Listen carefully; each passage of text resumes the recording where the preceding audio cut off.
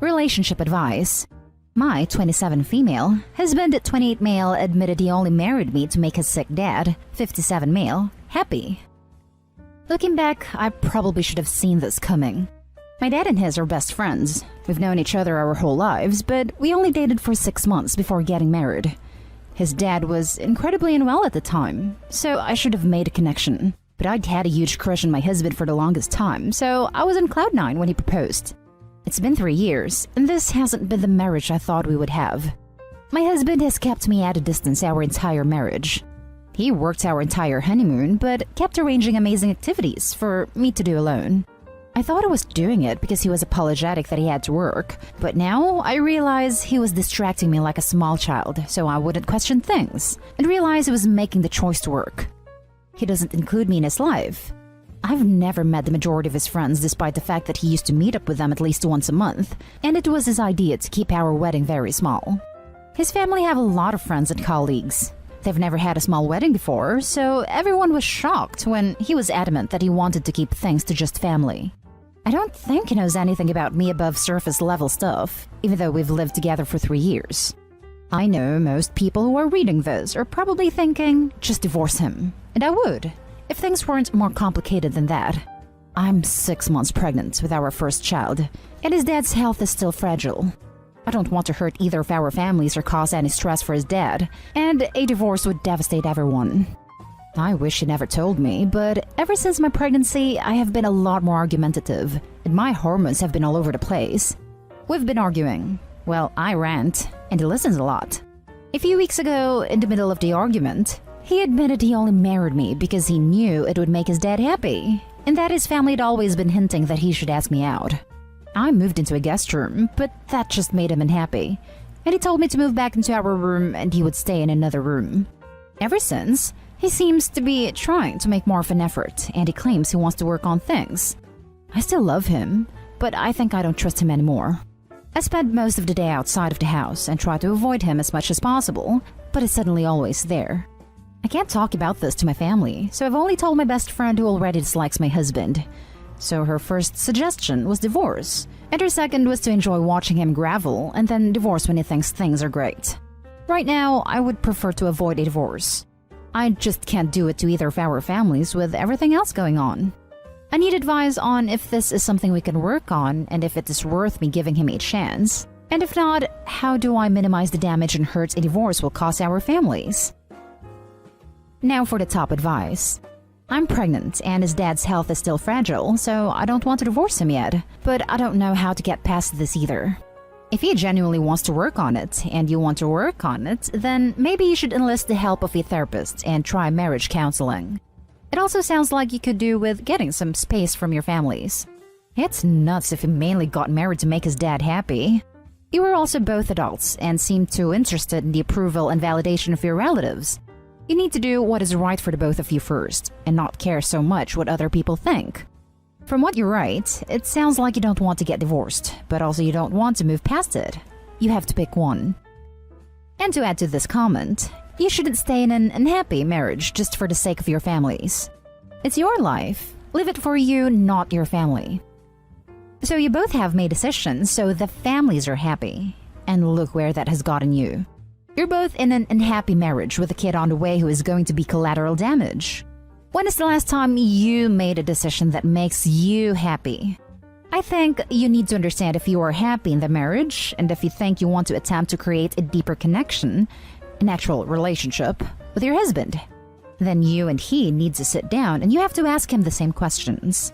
Based on the answers to these questions, you'll know what direction to go in. Divorce or counseling to learn how to be in a relationship with each other.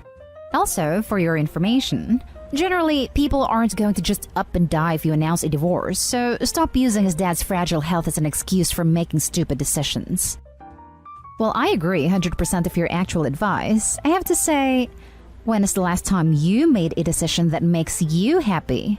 She did say she was very happy to marry him initially. That's what's so heartbreaking.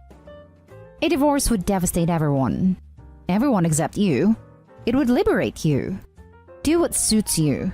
Don't live your whole life for the benefit of people who do not appreciate you. The rest of them don't give a crap about you as an individual, so stop caring about them. Stop martyring yourself for a group of people who do not have your best interests at heart. This, studies of the elderly where they are asked the biggest regrets of their lives. One of the top 5 answers, sometimes number 1, is that they wish they had lived their life for themselves and not in a way to please others. OP, you are literally at a crossroads to live for yourself or others. Don't have that regret. Also, I really think your family and his will be okay with it when they learn the truth. Now for the next story. I feel like this is abusive, but I need feedback. I, 26 female, have been in a relationship with my boyfriend since 2012. We currently have an almost 1-year-old son together. My boyfriend most definitely has anger issues that he's either not willing to confront or believes is a completely normal response to whatever he flies off the handle about. He treats the men in his life with dignity and respect. However, the women in his life, myself included, cop the brunt of his aggression and scorn. For as long as I can remember, he was always on about all I want is to be a parent. The meaning of my life is to be a dad. But since we had our son, the most he does is plays with him every so often, but most of the time treats him like he's just a hassle. Our son is the happiest child. Cheeky, very affectionate, etc., etc. But my partner is very hard with him. I'm not naive to the fact that the first-year adjustment period after having a child is going to have difficult times, but I didn't think it'd be this difficult. I feel like a single parent 90% of the time. No exaggeration. We moved into our first home together, rental, in November, after living with his mother for the first 9 months of our son's life, and things have been horrible ever since. I do as much as I can at home, but it's hard with my son always with me. My partner works and I don't. I'm thankful that he works to support us, but he uses it as a bargain card to do nothing when he's with us. I feed our son, bathe him and put him to bed, all the while my partner sits on his phone or in front of the PlayStation. If he asks for anything, he's never polite about it, and if I say no, rarely, he uses a cutesy voice to try and win me over, which doesn't work. Hearing an adult male talk like a child turns my stomach. He's a total narcissist in the way that he believes the world revolves around him. I've gone almost 9 years in our relationship with very few occasions where he's thought of me and done a nice gesture for me just because he wanted to. Whereas I'm the type of person who'll see something while I'm out that I know he'd like, buy it and surprise him with it. I've covered every birthday, every Valentine's, every promotion at work, every significant event that I know normal people would typically celebrate, and honestly, I ask nothing in return. I just enjoy making people happy. The thing that's been concerning me the most as of late is how obsessed with intercourse he is. He always has been, but since I've been a full-time parent from 5 a.m. to 11 p.m. most days, I'm freaking exhausted by the end of the night and have nothing left in me to even entertain fooling around. I've woken up multiple occasions where he's screwing me in my sleep. Not attempting to do me, actually doing me. When we do spend time together, I rarely receive a kiss or a cuddle. Instead, he's squeezing my boobs or trying to make out with me so it'll lead into intercourse. Why am I even writing any of this is because just a moment ago, he stormed off with our son to go to dinner at his sister's house after I said I wasn't feeling up for it. I got over a nasty bout of the stomach flu a couple of days ago, and I'm still weak. If I wasn't, I would have gone to this dinner. He unplugged our television in the lounge room, threw the cable somewhere in the backyard, and left the television itself on the floor. Practically everything in our house belongs to me, save for our bed and his laptop. This isn't the first time he's attempted to control me by taking away things that I'm using. He's hidden my phone before when he hasn't wanted me to go on it. He's hidden my shoes before when he hasn't wanted me to leave the house, etc., etc. Things like that. From my understanding, this is abusive, right? Emotional or mental abuse. I'm too exhausted to remember. Anyway, I don't want my son growing up witnessing any of this or having to be in the firing line of his dad's anger.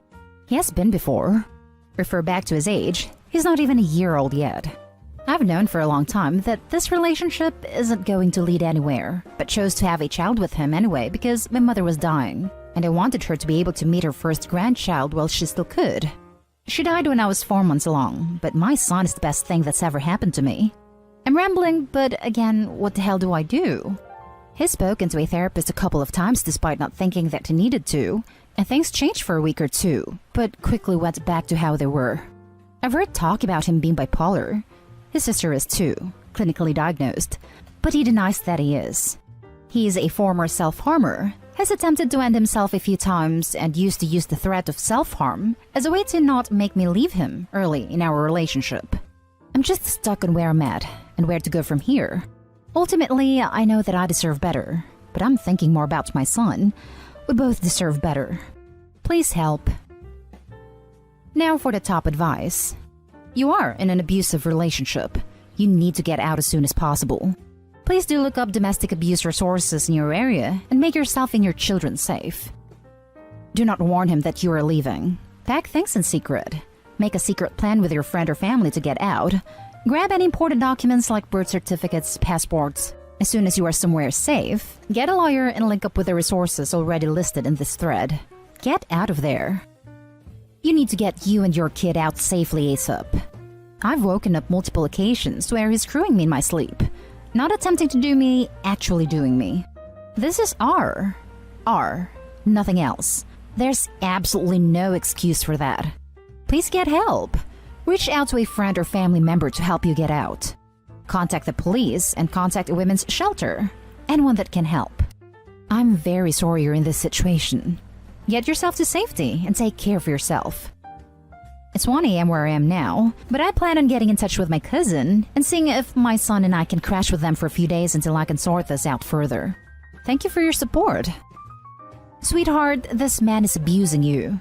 He's violating you and psychologically and emotionally mistreating you. He has no right to force himself upon you without consent. He has no right to control you in the way he does. Please get out of this relationship. Is there somewhere you can go? A friend you can trust? Think of your child.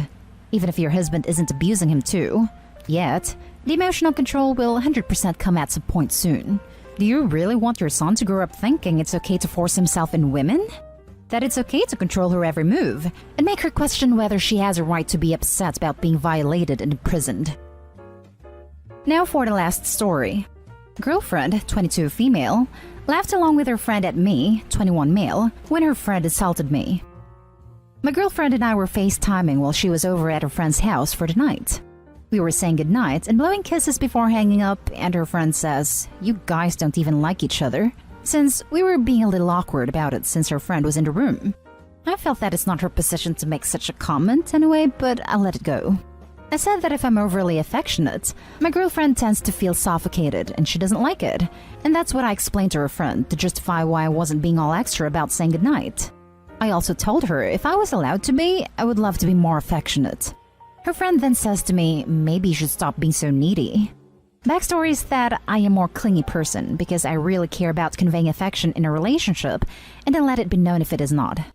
So the actual issue, when her friend said that, she started laughing. And then my girlfriend joined her and started laughing, only presumably at me because the comment was made about me towards me. Lol. I started boiling because it just felt like a betrayal in front of her friend. I immediately hung up, and my girlfriend immediately called me back twice. Each time I picked up and asked what she wanted, and hung up when she was trying to say goodnight while still giggling about it. Yeah, it was a petty move in my behalf, but I was angry about several things. 1, her friend doesn't know where the line is, and was allowed to say that without a repercussion from my girlfriend. 2, my girlfriend also joins in the banter with her while I'm sitting there obviously offended.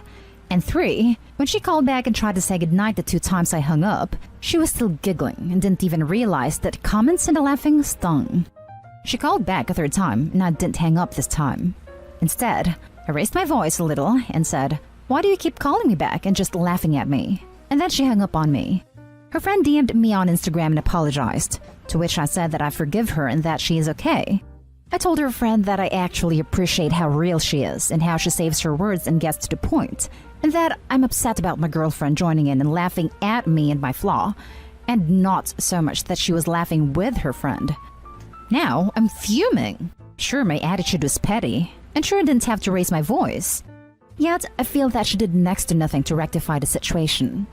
Sure, she called 3 times, but what good is that when she doesn't apologize and still giggling each time?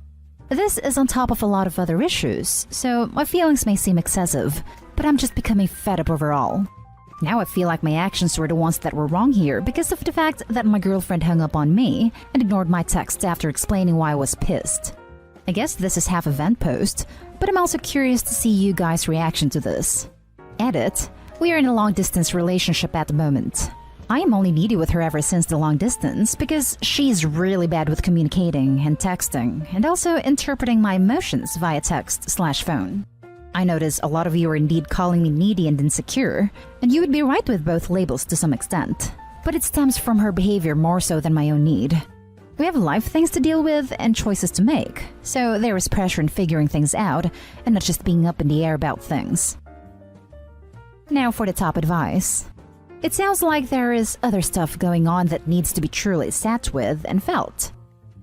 This seems like maybe the tip of the iceberg, so to speak. We're doing a long-distance thing right now because she has a busy last semester, and it doesn't sit right with me because I like proximity, and it's been rocky because I have been complaining and naggy. But we ultimately came to a compromise, and I'm respecting her wishes. This is sort of the tip of the iceberg, yeah. Well, it is the tip of the iceberg. Take some time to sit with your feelings and what is truly bothering you. It will make communication easier.